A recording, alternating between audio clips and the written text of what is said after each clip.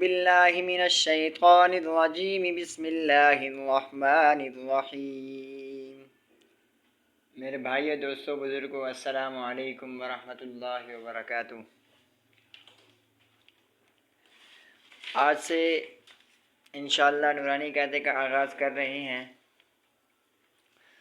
تو جتنے بھی میرے اسٹوڈنٹ ہیں یا جتنے بھی یوٹیوب پر دیکھ کر پڑھنے والے ہیں، اب سب سے گزارش ہے کہ سبق کو اچھی طرح یاد کریں۔ اس کے بعد اگر آپ چاہیں تو میرے واٹس ایپ نمبر پر سبق سنا بھی سکتے ہیں اور ہم آپ کی رہنمائی بھی کریں گے۔ تو میرا واٹس ایپ نمبر جو میری ڈی پی ہے وہاں پر نمبر لکھا ہوا ہے، تو وہاں سے آپ میرے واٹس ایپ پر آ سکتے ہیں۔ شروع کرتے ہیں آج کا آپ کا پہلا سبق۔ بسم اللہ الرحمن الرحیم۔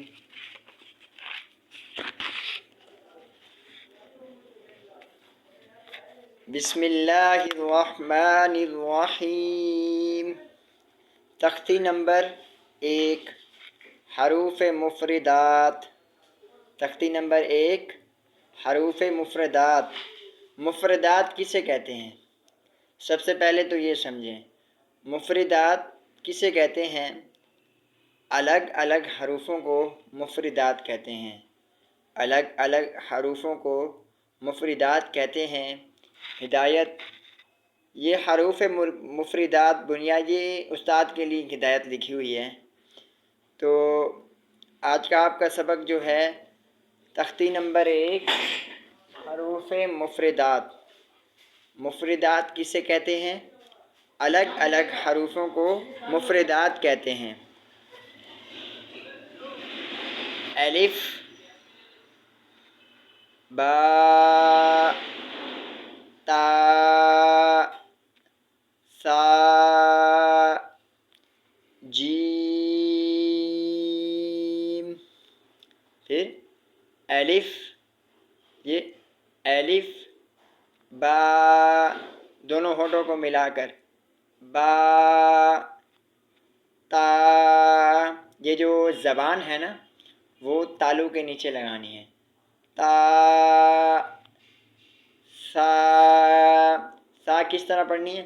دونوں دانتوں کے درمیان زبان ڈال کے، جیسے سا، جیم، اس کو کھینچنا ہے، جیم، ہا، خا، دال، ذال، را، زا، سین، شین، صاد، غاد، طا، ظا، عین، غین، فا، قاف، کاف، لام، میم، نون، واو، ہا، حمزہ، یا۔ ٹھیک ہے، پھر اس کو اچھی طرح یاد کرنا ہے۔ تو جب یہ اچھی طرح اس طرح یاد ہو جائے اچھی طرح، تو پھر آپ نے الٹا یاد کرنا ہے۔ کیسے؟ یا، حمزہ، ہا، واو، نون، میم، لام، کاف، قاف۔ یہ کاف باریک ہے، یہ قاف موٹا ہے۔ فا، غین عین ظا طا غاد صاد شین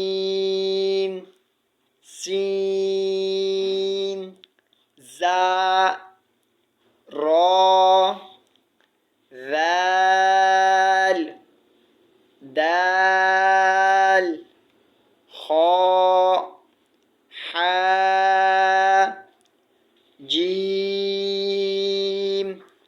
ثا تا با الف۔ سمجھ آ گئی؟ تو یہ آپ سب کا سبق ہے، یہ آپ کا سب سے پہلا سبق ہے۔ انشاءاللہ آپ کو بہت اچھا لگا ہوگا، اچھی طرح سمجھ بھی آ گئی ہوگی، تو امید ہے۔ اور آپ سب میرے واٹس ایپ نمبر پر رابطہ بھی کر سکتے ہیں، جو میرے چینل پر ڈی پی لگی ہوئی ہے اسی کے اوپر میرا واٹس ایپ نمبر بھی ہے۔ آپ اس سبق کو سنا بھی سکتے ہیں اور انشاءاللہ ہم آپ کی رہنمائی کریں گے، اور اگر ہو سکے تو آپ اس کے نقطے بھی یاد کر سکتے ہیں۔